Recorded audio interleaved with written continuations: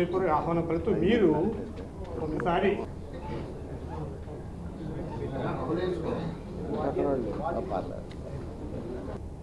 ఈ సమావేశానికి వచ్చిన మిత్రులందరికీ కూడా అభినందనలు. మంచమైన రాజకీయ ఒత్తిడిలో సాంస్కృతిక ఒత్తిడి లేని రంగం ఏమీ లేదు. ఇటువంటి పరిస్థితుల్లో ఈ ఒత్తిడికి విశాఖలో మామూలుగా ఇది వరకు తుఫాను ఇంత దూరంలో కేంద్రీకృతమైందన్నారు. తుఫాను చాలా కాలంగా కేంద్రీకృతమైంది. విశాఖపట్నంలో రాజకీయ తుఫాను ఇది అల్పశ్రేణిగా మారుతుందా ఇంకోటి ఇటువంటివన్నీ ఉన్నాయి.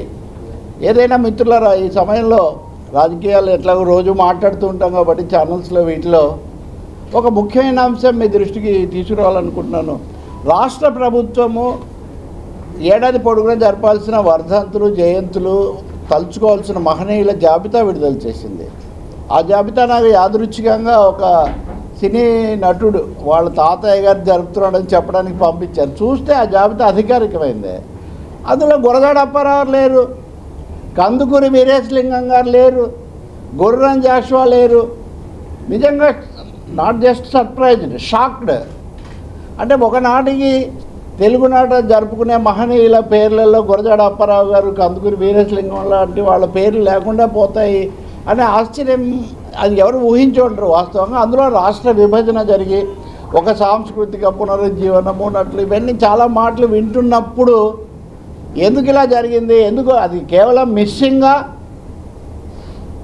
లేకపోతే కావాలని ఉద్దేశపూర్వకంగా వ్యూహాత్మకంగా జరిగింది అనే ఒక సందేహం కలుగుతుంది. ఎందుకంటే వెనక చూసిన కార్యమేమో ఈ మంచి గతమున కొంచెమేనో ఈ మందగించక ముందుకు అడుగై వెనకబడితే వెనకనే అని చెప్పిన గురజాడ అప్పారావు గారి భావజాలానికి ఆయనకేం భావజాలం లేదు. అప్పుడు ఈ పార్టీలు లేవు, ఈ మనుషులు లేరు, ఇవేం లేవు పాపం. ఇంకా స్వాతంత్రోద్యమం కాంగ్రెస్ పార్టీ కూడా పూర్తిగా పుంజుకోని కాలంలోనే ఆయన అది రాశాడు. వెనక చూపిన కార్యమేమో అని. అంటే సనాతనం అంటే దాని అర్థం ఇప్పుడు నేను మళ్ళీ పవర్ స్టారు, ఇక్కడే పెరిగిన పవర్ స్టారు, ఆయన జగదంబ జంక్షన్ అవన్నీ నేను మీకు చెప్పాల్సినటువంటి అవసరం లేదు. కానీ గురజాడ అప్పారావు గారిని విస్మరించడం అనేది చాలా బాధాకరమే కాదు, చాలా అభ్యంతరకరం, అప్రజాస్వామికం, అచారిత్రకం కూడా. ఎందుకంటే తెలుగు జాతి పునర్వికాసం వీళ్లతో ముడిపడింది. ఇంకా ఆయన కూడా గౌరవించినటువంటి సంస్కర్త కందుకూరి వీరేశలింగం, గురజాడ అప్పారావు గారు కూడా గౌరవించిన సంస్కర్త.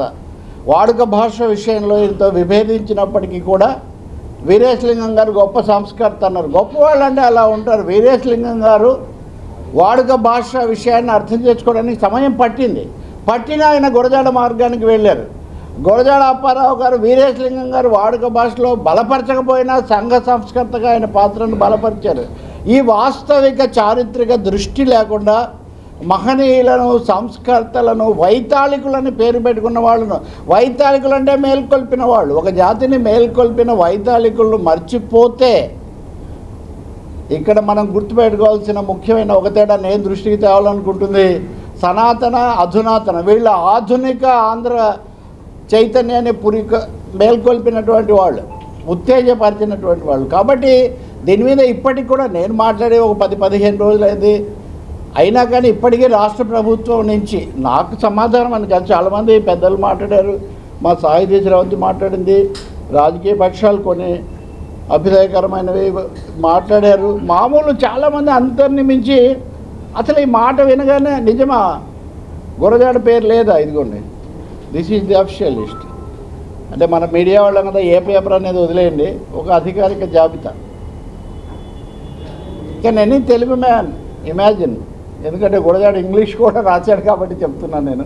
ఇంకోటి మిత్రులారా, ఆయన వాడుక భాషకు ఆ ఉద్యమానికి పునాది వేసింది ఆంధ్ర యూనివర్సిటీకి సమర్పించిన అసమ్మతి పత్రంలోని కూడా మనం గుర్తుపెట్టుకోవాలి. ఇక్కడే ఈ గడ్డ మీదే ఒక శ్రీశ్రీ, ఒక గురజాడ, ఒక గిడుగు లేకపోతే తెలుగు భాష లేదు. ఇప్పుడు వైపున భాషా విధానం గురించి సాగుతున్న రకరకాల వివాదాలు, సంస్కృతంలో ఏవం వార్త ఎవరు చదివినారో తెలియదు. ఇప్పుడు సంస్కృతం ఇట్లాంటివన్నీ వస్తున్నప్పుడు తెలుగు భాష వైతాళికులను, సంఘ సంస్కర్తలను మనం ఎందుకు విస్మరిస్తున్నాము? వీళ్ళను తలుచుకుంటే అక్కడ ఢిల్లీలో పాలిస్తున్నటువంటి సనాతన దొరలకు, వాళ్ళకి ఇక్కడ ప్రతినిధులుగా మరింత బాగా చెప్తున్న వాళ్లకు కోపం వస్తుందనే భావం ఏమైనా ఉందో తెలియదు. ఎందుకు చేసినా సరే తెలుగు జాతి మటుకు దీన్ని ఊహించదు, సహించదు, క్షమించదు. తప్పకుండా ఈ జాబితాను మళ్ళీ పరిశీలించి పునఃపరిశీలించి సవరించి వాళ్ళని కూడా పెట్టి ఎక్కడ కట్టమంచి రామలింగారెడ్డి దగ్గర నుంచి తెలుగు విమర్శకు పునాది పోసాడు. ముసలమ్మ మరణము, తర్వాత కవిత్వ తత్వ విచారము రాయడం ద్వారా కట్టమంచి అప్పటి నుంచి ఇప్పటివరకు అది అలా కొనసాగుతుంది. రాజకీయ వివాదాలు తగాదాలు పక్కన పెట్టండి, కానీ 100 ఏళ్ళ ఆంధ్ర విశ్వవిద్యాలయాన్ని తలుచుకోవడం కంటే ఆంధ్రప్రదేశ్ ప్రభుత్వానికి కానీ ప్రజలకు కానీ విద్యావేత్తలకు కానీ సాంస్కృతిక రంగానికి కానీ గొప్ప విషయం ఏముంటుందండి? విశ్వనాథ సత్యనారాయణ 1000 పడగలకు బహుమతి ఇచ్చింది ఆంధ్ర విశ్వవిద్యాలయం. వేమన మీద చేసినటువంటి వాడికి చేసింది అది. శ్రీశ్రీగా మార్చినటువంటి అబ్బూరి రామకృష్ణరావు పనిచేసినటువంటిది అది.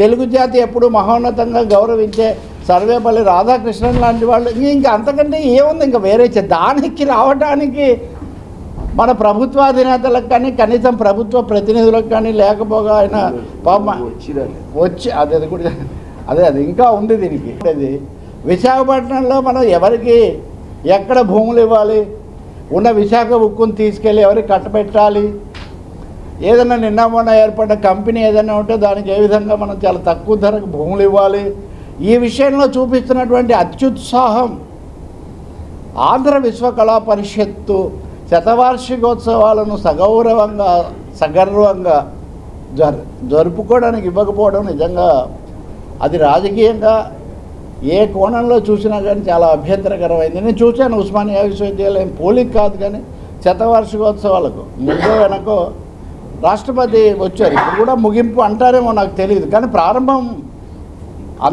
ముఖ్యమైంది కదా. ఒక స్ఫూర్తి నింపిన తర్వాత కదా అన్ని చోట్ల పెట్టుకుంటారు. ఇంకా ఏ విశ్వవిద్యాలయం అయిన తర్వాత దీని తర్వాతే కదా వచ్చింది. కాబట్టి ఇది కూడా చాలా ఈ రంగం పట్ల చూపుతున్నటువంటి ఒక అసలు ఏమనండి విద్యా ప్రైవేటీకరణ అయిపోయింది. ట్రంప్ అనేవాడు అసలు విశ్వవిద్యాలయాలు మూసేశాను. ఉదాహరణ చెప్పాలంటే మన పిల్లలందరినీ ఇక్కడ సరిగ్గా లేదని పంపిస్తే అక్కడి నుంచి నేను పంపించేస్తున్నాను, అసలు ఈ హార్వర్డ్ యూనివర్సిటీకి ఒక అసలు నిధులే కోత ఇలా నడుస్తుంది. అంటే పాలకుల ఆలోచన ధోరణికి ఈ విద్యారంగం పట్ల చూపుతున్నటువంటి ఈ అలక్ష్యానికి ఎక్కడో ఒక కారణము సంబంధము లింకు ఉందేమో అనిపిస్తుంది. ఇది మటుకు మంచిది కాదు. ఇప్పటికైనా high viewers, Vizag vision channel ని సబ్స్క్రైబ్ చేసుకోండి. మా ఛానల్ అందిస్తున్న జాతీయ అంతర్జాతీయ స్థాయి వార్తా విశేషాలు నోటిఫికేషన్స్ కోసం ఇక్కడ కనిపిస్తున్న బెల్ ఐకాన్ ని క్లిక్ చేయండి.